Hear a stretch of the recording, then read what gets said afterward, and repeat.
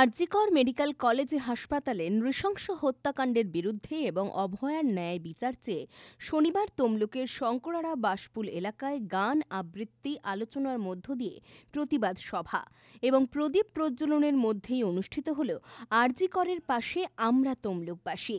উপস্থিত চিকিৎসক ললিত কুমার খাঁড়া, শিক্ষিকা চন্দনা জানা, বন্দনা অধিকারী সহ অন্যান্যরা। অভয়ার ন্যায় বিচার না পাওয়া পর্যন্ত এই আন্দোলন চালিয়ে যাবে বলে জানিয়েছেন সংগঠকরা। ওরে ভয় নাই আর ঝুলিয়া উঠিছে হিমালয় চাপা প্রাচী, গৌরী শিখরে তুহিন ভেদিয়া জাগিছে Sabyasachi.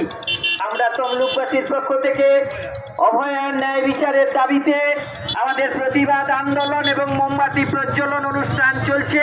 We demand justice for তোমার আমার একই স্বর, মা বোনেদের একই স্বর, ছাত্র যুবর একই স্বর, তমলুকবাসীর একই স্বর, রাজপথেতে উঠছে ঝড়, তমলুকবাসী দিচ্ছে ডাক, রাজ্যবাসী দিচ্ছে ডাক।